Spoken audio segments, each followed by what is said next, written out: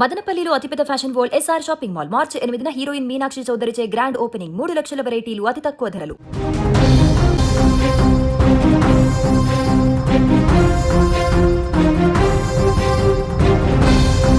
ప్రేమకు మారు పేరు అమ్మ. రక్తాన్ని పంచి ప్రాణాన్ని పోసి కంటికి రెప్పలా కాపాడే దైవం అమ్మ. కానీ అదే అమ్మను ఆస్తి కోసం అనాథను చేసిన అమానవీయ ఘటన గుంటూరు జిల్లాలో వెలుగు చూసింది. కనిపెంచిన ప్రేమ కంటే కాసుల మీద ఆశే మిన్నా అనుకున్నారేమో. కన్న తల్లిని గడప దాటించి ఇంటికి తాళం వేసి ఆ వృద్ధురాలిని నడి రోడ్డున నిలబెట్టారు. మంగళగిరి మండలం నిడబర్రులో జరిగిన ఈ గుండెలు పిండేసే ఘటన ఇప్పుడు తీవ్ర చర్చనీయాంశంగా మారింది. 70 ఏళ్ల వయసులో ఆసరాగా ఉండాల్సిన కూతురే తల్లికి తీరని అన్యాయం చేసింది. పాములపాటి ఆదిలక్ష్మి అనే వృద్ధురాలిని ఆమె చిన్న కూతురు సత్య చైతన్య, అల్లుడు వెంకట సత్యనారాయణలో కలిసి కర్కశంగా ఇంటి నుంచి బయటకు గెంటేశారు.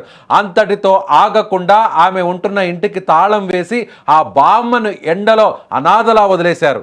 బాధితురాలు ఆదిలక్ష్మి చెప్తున్న వివరాల ప్రకారం ఆమెకు తెలియకుండానే ఆమె సంతకాన్ని లేదా వేలిముద్రలను ఫోర్జరీ చేసి ఇంటిని తమ పేరు మీద రిజిస్ట్రేషన్ చేయించుకున్నారు.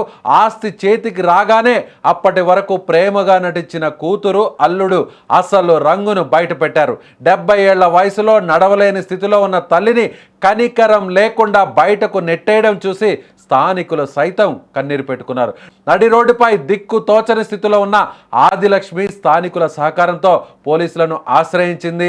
తన సొంత ఇంటిని అక్రమంగా కాజేశారని, ఇప్పుడు తనను నీడ లేకుండా చేశారని ఆమె ఫిర్యాదులో పేర్కొంది.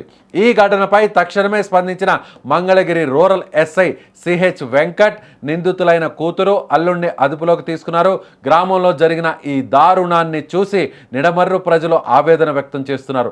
ఆస్తి కోసం కన్న తల్లిని ఇలా వేధించడం ఏంటని వారు మండిపడుతున్నారు. ప్రస్తుతం పోలీసులు ఈ వ్యవహారంపై లోతైన విచారణ జరుపుతున్నారు. ఆస్తి పత్రాలు ఎలా మారాయి, ఫోర్జరీ జరిగిందా అనే కోణంలో దర్యాప్తును కొనసాగిస్తున్నారు.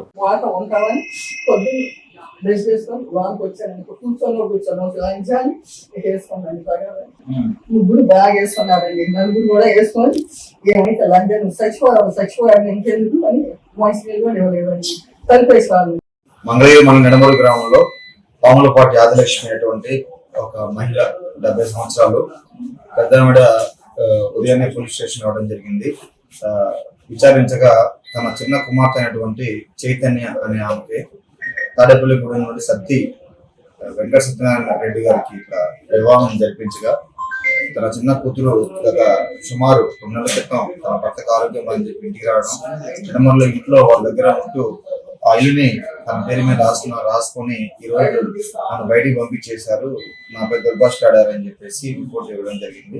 దీనిపైన వెంటనే స్పందించి ఆమె చెప్పినటువంటి ఆ బాధతో ఎప్పటే నిడమూరు గ్రామంకి వెళ్ళి ప్రాథమిక దర్యాప్తు చేపట్టాం. ప్రాథమికంగా విచారిస్తున్నాం. ప్రస్తుతం ఏం జరిగింది ఏంటనేది కూలంకషంగా తెలుసుకున్న తర్వాత యాజ్ పర్ మెరిట్స్ ఆఫ్ ఎంక్వైరీని బట్టి చట్ట ప్రకారం ఉన్న చర్యలు తీసుకుని